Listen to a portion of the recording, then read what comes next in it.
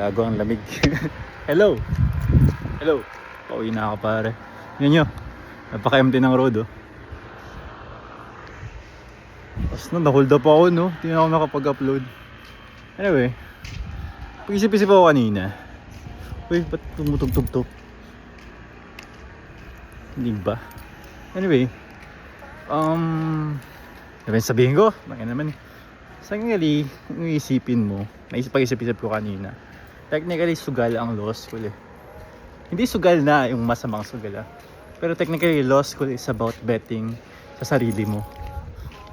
Kasi technically, kaya halos 5 years ng buhay mo ang gugugol mo sa law school eh. 4 years ng law school, yung pag-review sa bar, yung paghintay ng result. Tapos yun, it's a risk.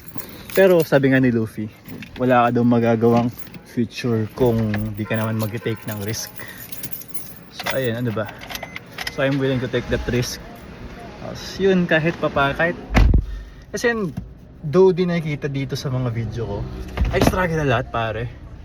And I think it's okay naman na I struggle. Ganito naman talaga ang buhay, hindi naman siya sunshines and butterflies palagi. Pero anong pinaka-importante is, sabi nga ni John Cena, napaka-cliche pero huwag mag-give up pare.